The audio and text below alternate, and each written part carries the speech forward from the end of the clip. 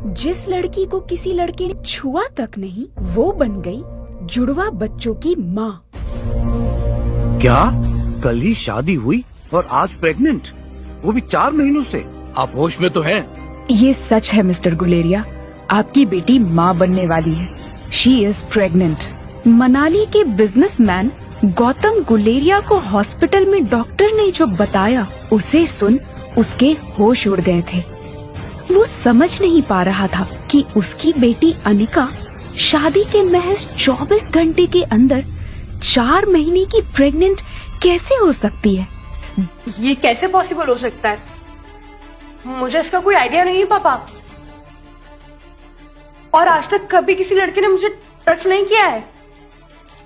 Doctor की ये बात सुनकर 18 साल की अनिका के होश उड़ गए थे। ये समझ पाना नामुमकिन था कि वो प्रेग्नेंट कैसे हो सकती है। उसकी शादी को अब तक 24 घंटे भी नहीं हुए थे और ना ही उसे आज तक किसी भी लड़के ने उस तरीके से छुआ था। जितनी हैरानी अनिका को थी, उससे कई गुना ज्यादा हैरानी अनिका के पापा गौतम को हुई थी। डॉक्टर, आप वापस से टेस्ट कीजिए, ये चीज पॉसिबल ही नहीं है। अनिका, रिपोर्ट्स बताती हैं कि तुम 4 मंथ्स प्रेग्नेंट हो। आई नो सिचुएशन बहुत ही स्ट्रेसफुल है, लेकिन इससे पहले आप लोग कोई भी डिसीजन ले, let me tell you, abortion is out of question. 4 months की प्रेगनेंसी के बाद we can't think of abortion, it's very dangerous. ये चीज पॉसिबल ही नहीं है। ये कैसे हो सकता है? इसका जवाब डॉक्टर नहीं, तुम दोगी। पापा, ये नहीं है possible. You have to trust मी।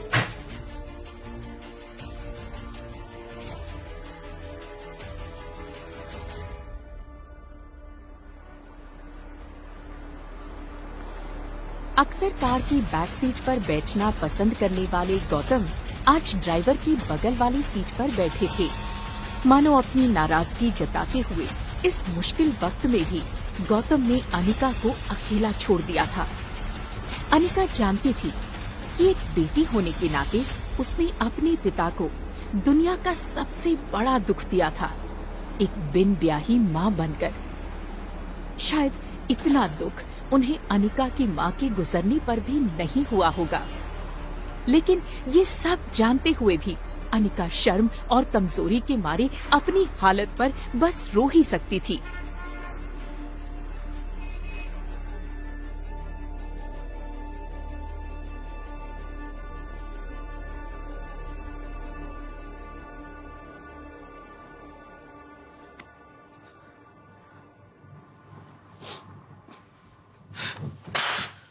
मुश्किल से एक मौका मिला था हमें अपनी जिंदगी बेहतर बनाने का। डोगरा खानदान के इकलौते वारिस कुणाल डोगरा से तुम्हारी शादी हुई है। डू यू इवन नो कितने पावरफुल हैं वो लोग? मनाली का सबसे पावरफुल खानदान है द डोगराज।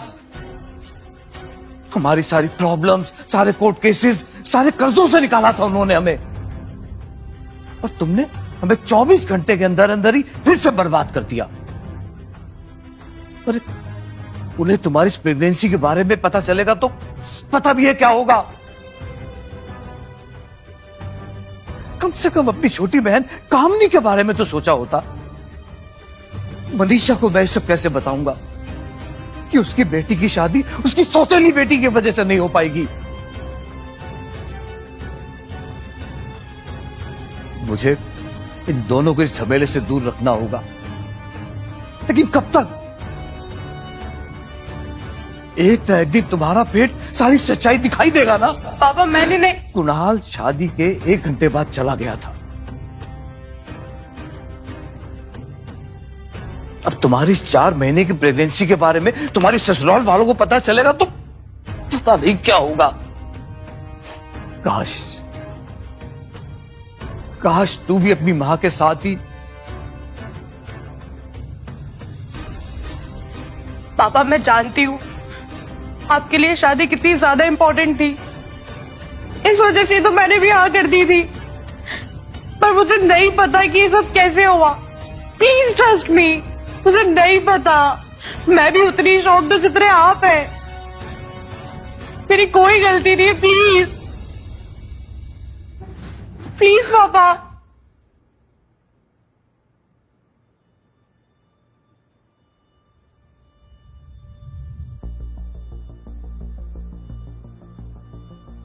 गौतम ने घर के हर कोने कोने में लगे सीसीटीवी के पिछले 5 महीने की फुटेज को खंगाला और बारीकी से देखने के बाद वो हैरान रह गया था कि पिछले 5 महीनों से छोटी मोटी बीमारी के चलते अनिका ने घर के बाहर कदम ही नहीं रखा था। ये देखकर गौतम का गुस्सा हैरानी में बदल गया। उससे इतना तो समझ आ गया था कि कहीं तो कुछ गड़बड़ी थी।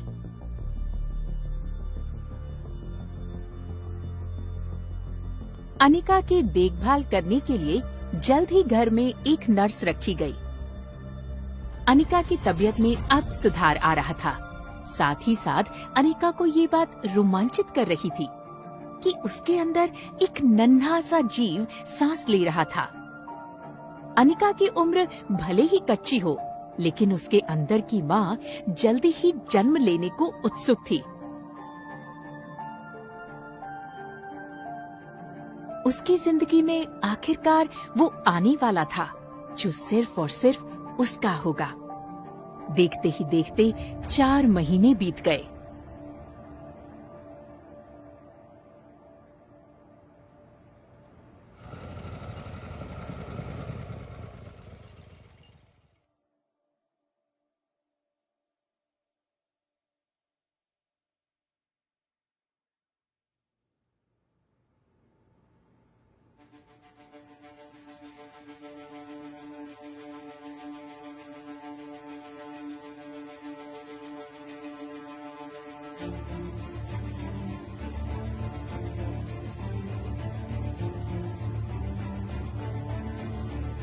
How dare you Anika? मुझे तो ये शादी करनी भी नहीं थी। किस हेल में फंसा दिया मुझे। शादी करते ही मैंने यह शहर छोड़ दिया था। And the very next day मुझे पता चलता है कि तुम्हारे पेट में बच्चा है।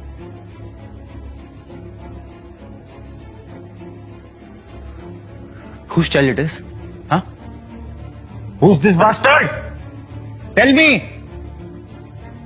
पापा घर में नहीं है, तुम बाद में आना। कुणाल, पापा, कुणाल, अरे तुमने बताया नहीं तुम्हारी वेकेशन शुरू हो गई है? हाँ 4 महीने बाद आया हूं, वो भी ये तमाशा देखने। वाह, क्या स्वागत किया है अपने दामाद, बहुत बढ़िया। बैठ के बात करते। देखो कुणाल, अगर तुम ये शादी तोड़ना चाहते हो तो मैं समझ सकता हूँ। वो है ना, कुछ नहीं समझ सकते आप, ना मेरे परिवार वाले। एक तो जबरदस्ती मेरी इस मोटी से शादी करवा दी, और अब चाहते हो कि नाजायज औरत को मैं ही अपना नाम दूं? हाँ? एक तो इसकी शक्ल देखता हूं ना तो मुझे ऐसा लगता है कि मुझे ऐसे गुनाहों की सजा मिल रही है जो कि मैंने कभी किए भी नहीं।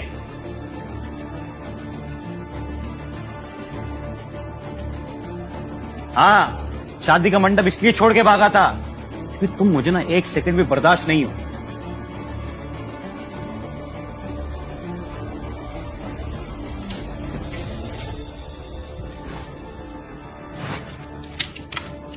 और कुछ करना बाकी रह गया है? हाँ? इस नाजायज औलाद को पेट में लेके मेरे साथ शादी के साथ फेरे लिए हैं, और अब मेरे सामने ऐसे खड़ी जैसे कुछ किया ही ना हो। क्या समझते हो? क्या लगा इसे कुणाल डोगरा का नाम मिल जाएगा? मैं शादी को वैलिड नहीं मानती। क्या कुणाल, वो क्या है? अनिका की तबीयत ठीक नहीं है, यू नो, इसलिए बिना सोचे समझे कुछ भी बोल रही है। और रही बात बच्चे की, तो उसके पैदा होते ही हम उसे अनिका से अलग कर देंगे। I promise, I promise. Kunal, Kunal,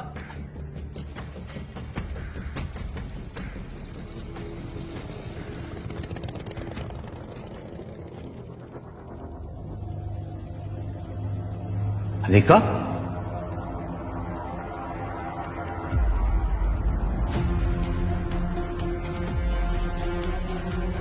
क्या अनिका बच पाएगी?